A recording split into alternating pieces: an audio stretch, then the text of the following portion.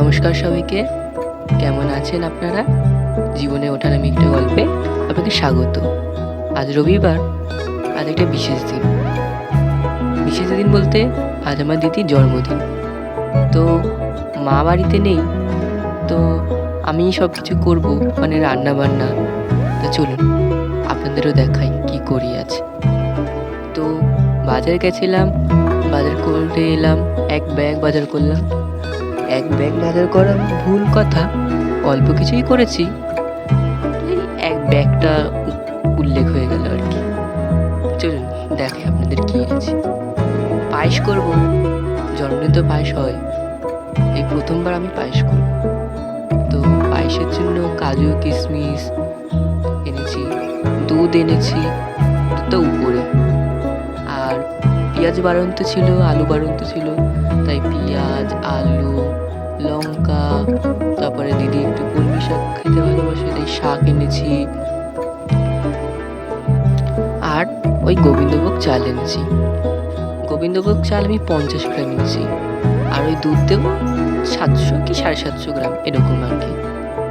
Sorry, 700 750 গ্রাম litre বলে নাকি, আমি ঠিক কাঁচা এই বিষয়ে। আর 5 রকম ভাজা করবো বলে তাই সবজি নিয়েছি 5 রকম।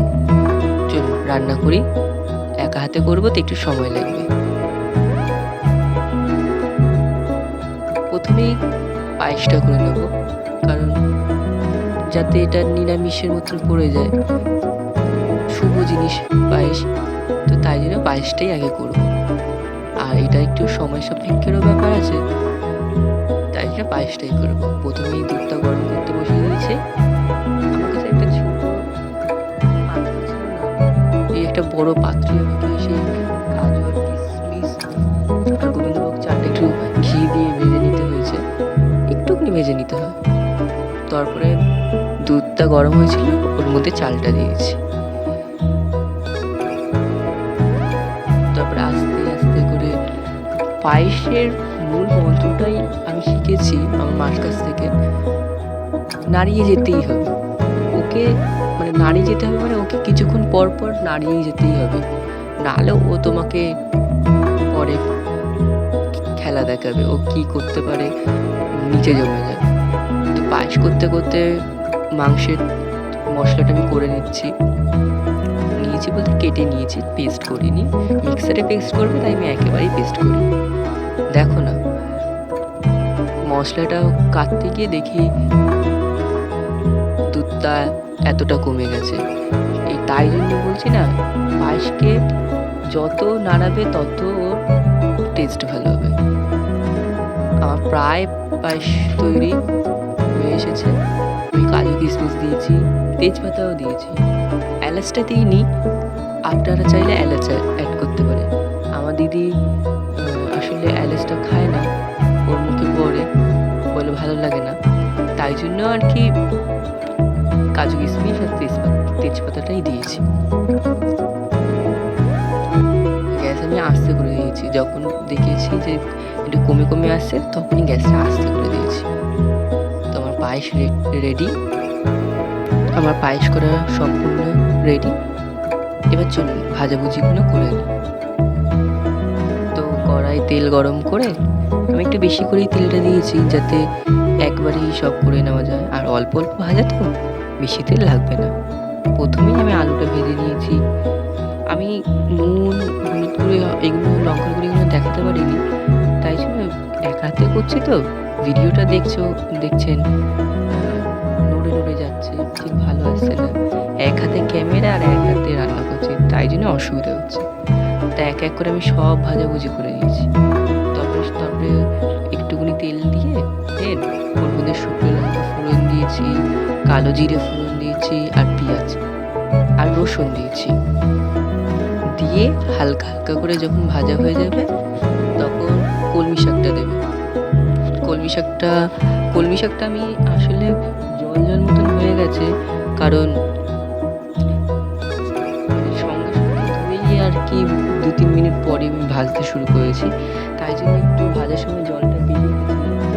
আপনারা একটা কাজ করবেন, শাক যখন কাটবেন, অবশ্য আপনারা ভালো জানবেন আমার থেকে,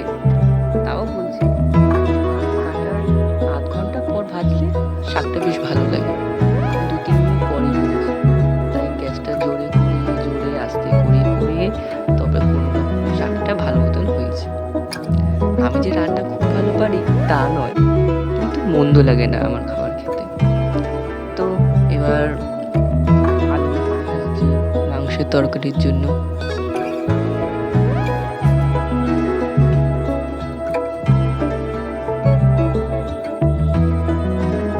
আসলে এত কিছু রান্না করার এত কিছু নয় অবশ্য, কিন্তু তাও একজনের পক্ষে বা আমার পক্ষে এত কিছু রান্না করা হয়তো অসম্ভব নয়, একটু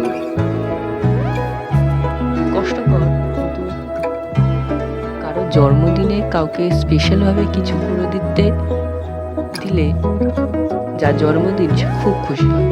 তো আপনিও আপনার প্রিয়জনদের, ভাই, দাদা, দিদি, মা, বাবা নিজের হাতে কিন্তু রান্না করে খাওয়াতে পারেন, দেখবেন খুব খুশি হবে। নাইবা পারলেন ভালো রান্না, অল্প রান্না করবেন, মন দিয়ে করবেন, দেখবেন ঠিক রান্না ভালো হবে। তো আমি মাংসের জন্য আর বললাম না কি কি দিয়েছি, কারণ আপনারা জানেন কি কি দিতে হয় মাংসের জন্য, তো ওই তাই দিয়েছি। তারপরে একটুখানি জল দিয়ে দিয়েছিলাম যাতে মাংসটা ভালোভাবে তাড়াতাড়ি অনেকক্ষণ ধরে কষে, মাংস যত কষাবেন তত ভালো হবে। দেখুন কালারটা কি সুন্দর এসেছে। কালারটা এসেছে কিন্তু কাশ্মীরি লঙ্কার গুঁড়োর জন্য। আর ঝাল আমরা খুব খাই, প্রচুর ঝাল খাই। আমি কাঁচা লঙ্কা শুকনো লঙ্কা দুটোই দিয়েছি, শুধু শুকনো লঙ্কার পরিমাণটা কম দিয়েছি।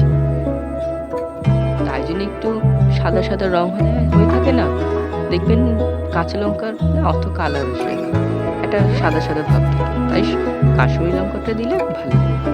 আমি কষানোর সময় গরম মশলা দিয়ে দিই, নামার সময় গরম মশলাটা দিইনি, দেয় না, আমার মাও দেয়, তাই জন্য আমিও দিই। তো এই কষিয়ে দেখি তেল ছেড়ে আসছে, এবার জল ঢেলে দেবো। অনেকক্ষণ কষিয়েছি, ভিডিওটা দেখতে মনে হচ্ছে অনেকক্ষণ লেগেছে।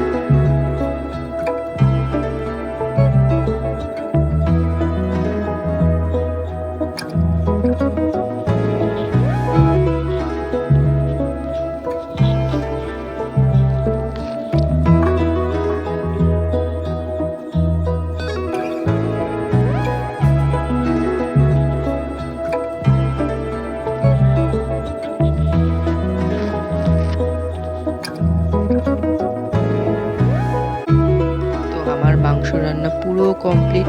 দেখি এখানে দিদি পুজো দিচ্ছে, মানে আজকে বার্থডে গার্ল যে, আমি ওকে বললাম একটু হাই করতে, হাই করলো। চলুন কি রান্না করেছে দেখি। প্লেন রাইস, কলমি শাক ভাজা, 5 রকম ভাজা, আলু, পটল, বরবটি, ঢেঁড়স আর পটল, এখানে পায়েস আর মাংস। এইটুকুনি রান্না করেছি। এইটুকুনি রান্না করতে আমার 1:30টা বেজে গেছে।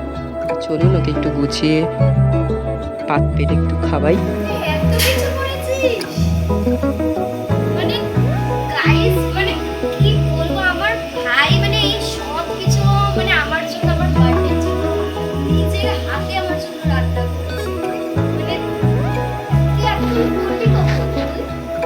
সকালে উঠে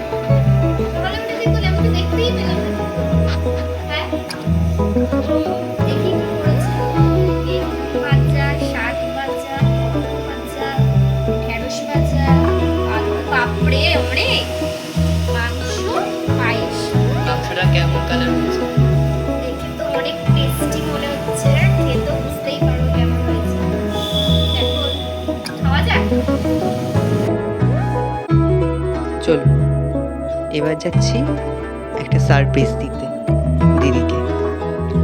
আসলে ওর বন্ধুরা একটা ক্যাফেতে ওর বার্থডে অ্যারেঞ্জমেন্ট করছে, সেখানেই যাব, আপনাদেরও নিয়ে যাই। চলুন।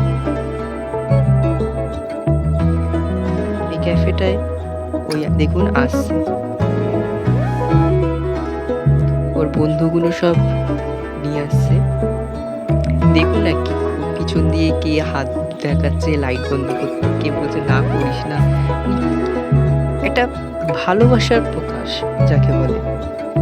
দিদিকে একেবারে সারপ্রাইজ দেওয়ার জন্য সবাই একেবারে কি বলবো, বেশি জন দেয়নি, ওই 5-6 জন মিলেই সারপ্রাইজটা হয়েছে। জানে না যে আমি যাব, ওটাই ও ও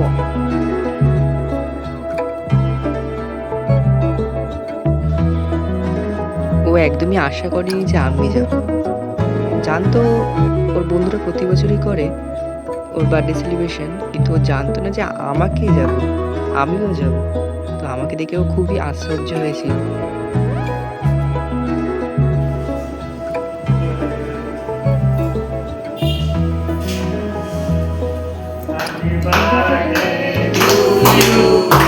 Happy birthday to you, happy birthday dear Didi, happy birthday to you.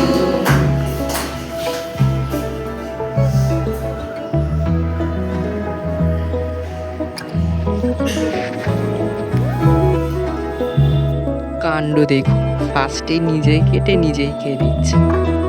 তো এবার গিফটের পালা।